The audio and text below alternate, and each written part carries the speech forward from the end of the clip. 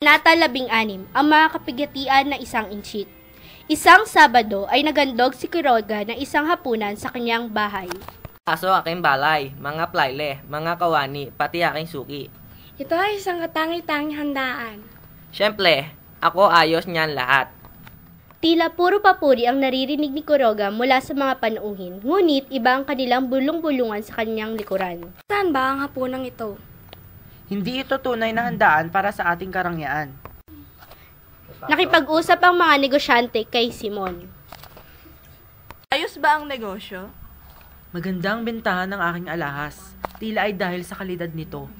Ako gusto ikausap Simon. Ako kasi lugi-lugi kaya ako di pa bayad aking utang 2,000. Makikipagsundo kang itagos sa iyong bodega ang ilang armas ay aking babawasan ng iyong utang. Akot balil at almas. Huwag kang mag-alala. Unti-unti kong ililipat sa aking bahay. O sige na nga. Magkakasama naman sa isang grupo sina Bensaib, Juanito, mga pari at si Simon. Binida ni Juanito Pelaez ang ulong nagsasalita. Ang mga palabas ng narong palabas sa Perea ang ulang nagsasalita. Ngunit, tila kulang sa bilib si Bensaib. Ito ay isang palabas na nanlilin lang sa mata. Ako ang magpapatunay na maaring may salamin. Aking iyang patutunayan ngayon. Tayo magtungo sa perya. Kabanata 17, ang perya. Maraming tao at napakaliwanag sa perya. Puno din ang lugar ng ingay at mga tugtog. Tila libang na libang si Padre Camora sa mga babaeng magagandang kanyang nakikita. Gandang dilag. Sabay kurot kay Bensaib sa sobrang panggigigil. Aray ko! Kahanga-hangang babae si Paulita Gomez. Ang kanyang ganda ay higit sa lahat. Sila ay napadaan sa mga tau-tauhan, tila ay naghahanap sila ng kamukha ng bawat isa. Ay narito ang kamukha ni Padre Irene. Naku, si Simon din ay may kahawig. Napansin nilang wala si Simon, at sabat naman ni Padre Camora. Natatakot siguro yan si Simon. Siyang pabayarin natin ng ticket sa palabas ni Mr. Leeds. Si Bensaib naman ay iba ang teorya sa pagkawala ni Simon. Magmaraya si Simon na aking mapatunayang pandaraya ang palabas ni Mr. Leeds na ulo. Kabanata 18, mga kadayaan. Malugod na binati ni Mr. Leeds ang panauhin sa kanyang tanghalan. Humingi ng pahintulot si Bensaib na magsiyasat. Mr. Leeds, mahuhuli ko ang iyong pangdaraya. Kanyang iniisip. Ngunit sa laki ng kanyang gulat, ay wala na siyang nakitang salamin. Siya ay napahiya. Lumabas mula sa isang pinto si Mr. Leeds na may dalang kahong-kahoy. Nagpaliwanag si Mr. Leeds tungkol sa kahong-kahoy na ito.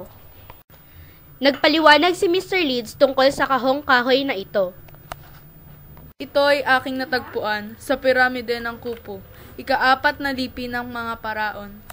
Nagbulong-bulungan ang mga manunood. Amoy bangkay! Tama, bangkay na 4,000 taon na. Iba naman ang reaksyon ni Bensaib. Amoy simbahan. Nagsabi ng tila mahiwaga ang salita si Mr. Leeds at may lumabas na ulo. At sa kanyang muling pagsalita ay nawala muli ang ulo at bumalik sa abo. Ilan sa mga pahayag ng mga ulo ay, Ako si Imutis, umuwi sa sariling bayan pagkatapos ng pag-aaral at paglalakbay. Sa aking pagdaan sa Babylonia ay aking nabatid ang lihim na hindi ang Smerdis ang namamahala doon, kundi si Gautama.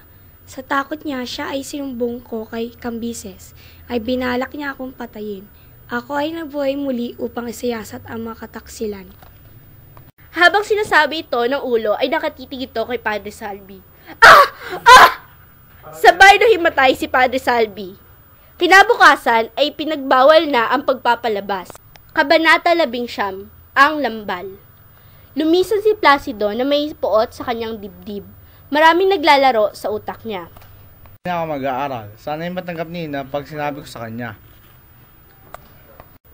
Sa gulat ni Placido ay nasa bahay na kanyang tinutuluyan si Kabesang Andang, ang kanyang ina. Lumaboy muna si Placido habang nag-iisip. Bumalik lamang siya nang siya ay nagutom. Sa kanyang pagbalik ay naroon pa rin si Kabesang Andang at muli siyang pinagsabihan. Anak, mag-aral ka. Ayoko na, Ina! Ayoko na! Umalis muli si Placido. Siya ay napadpad sa perya at doon ay nakita niya si Simon. Hating gabi na at nakauwi si Placido at sumunod na araw ay nakangiti siyang pinakinggan ang pangaral ng ina. Si Don Custodio de Salazar Sanchez de Monterredondo. Taguri sa akin ay Buena Tinta. Bata pa ako nang dumating sa Maynila. Nakapag-asawa ko ng isang mestiza sa syudad. Nairang akong kasehal, alkalde, kagawa ng Sosyedad Ekonomika de Amigos del Pais, pangulo ng lupang nangangasiwa ng Obras Pias at iba pa. Ngunit hindi pag ang akin nabatid sa Espanya. Dahil rito ay pinagbuti kong bumalik sa Pilipinas. Mahal ko ang Indio at ako ang kanilang tagapagtanggol. Para sa akin, ang Pilipino ay pinanganak upang maging utusan. Mahigit 5 araw niya na sinuri ang kasulatan. Ngunit hanggang ngayon ay nag-aalangan pa rin si Don Custodio. Kabanata 21, Mga Ayos sa Maynila. Ang samahan ng Operang Pranses ni Mr. Joy ay magdaraos ng unang palabas sa Dulaang Baridades. Noong 7 at kalahati pa lang ng gabi ay wala nang mabiling tiket. At nang magigakawalo na, mahal na ang tawaran ng tiket. Ngunit may isang Kastilang di interesado sa nasabing palabas. Ang pangalan niya ay Camarón Cocido. Hindi ako mahilig sa mga ganyang palabas. May lumapit na matanda na maliit. Tila katumbalikan ni Camarón Cocido. Ang pangalan niya ay Tio Kiko. Tapos na akong magdikit ng kartel ng dulaan at may kataasan ng bayad nila. Ito naman ang tugon ni Tio Kiko. Buti naman kung ganun. Sagot ni Camarón Cocido. Nahati ang opinyon ng mga taga-Maynila sa naturang palabas. Ang mga praile, mga babaeng may asawa at may kasintahan ay tutol. Samantala, ang pinuno ng hukbo, marino, kawani at matataas na tao ay nagtatanggol rito. Sa pag-iisa ni Camarón Cocido ay marami siyang napansin. May narinig din siyang pag-uusap. Ang hudyat ay isang putok. Ngunit si Camarón Cocido ay nagwalang bahala at binulong sa sarili na Kahabag-habag na bayan, ngunit anong meron sa akin? Sa kabilang dako naman ay naroon si Tadeo kasamang isang kababayan niyang bago pa lamang sa lugar. Sinamantala niya ang kamangmangan nito. Ako, lahat ng tao rito, lahat ng mataas na narito, kilala ko sila. Talaga? Kahanga-hanga ka. Yan, papasok na yan, si Padre Irene yan. Naroon din sa dulaan si Don Custodio, ang mag-aaral na si Macaraig, Pecson, Sandoval at Isagani. Sinalubong ito ni Tadeo. Aba, narito pala kayo. Nabigyan si Tadeo ng tiket at iniwan ang kanyang kasamang probinsyano. Kabanata 22, ang palabas. Punong-puno ang dulaan at ang mga tayo nagsimulang magingay dahil sa pagkainip na hindi pa ito nagsisimula. At nang magsimula na, ay tinugtog ang martial. Dumating ang kapitan general at gobernador. Lahat ng matay nasa kanila. Nang sila ay umupo, ay tumugtog ang orkestra, ang pasimula. Masaya ang lahat, pati mag-aaral. Mukhang ayos na ang ating panukala. Si Isagani lang ang atang malungkot sa atin. Si Isagani ay wala sa sarili at tulala nang makita si Paulitang kasama si Juanito Pelaez. May namukaan si Padre Irene. Si Sir Pilet yun ah. Nakita ko siya sa Europa. Kabanata 23, isang bangkay. Ikapito na ng gabi nang makabalik si Simon, tila abala pa rin siya. Sa kanyang tahanan ay pabalik-balik ang iba't ibang tao. Nung isang araw ay nasa kalapit na kumbento ng Santa Clara. At nung isang araw naman ay may kausap na isang mag-aaral sa dulaan na nakita ni Camarón Cocido. Si Basilio ay abala sa pag-aaral ng medisina at hindi na napansin ang mga librong pinadala ni Simon. Kailangan kong mapag-aralang mabuti itong mga aklat na ito. Gusto kong mapagalin si Kapitan Tiago. Ngunit ako ay nagtataka. Sino kaya ang nagdadala sa kanya ng apyan? Gayong si Simon at Padre Irene lamang ang nadalaw rito. Tila mabubuting salita lamang ang handog ni Padre Irene para kay Basilio.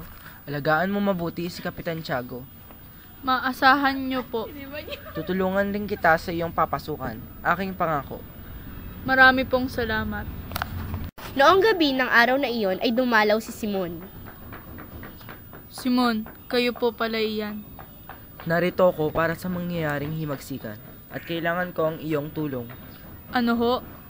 Nais kong paunahan mo ang isang pulutong nagigiba sa pinto ng kumbento. Kailangan makuha natin si Maria Clara. Ngunit huli na ang lahat. Patay na si Maria Clara. Isang mensaheng padala ni Padre Salvi na ipinadala kay Padre Irene. Halos gumuho ang mundo ni Simon sa kanyang nalaman. Hindi natuloy ang himagsikan. Naawa si Basilio kay Simon.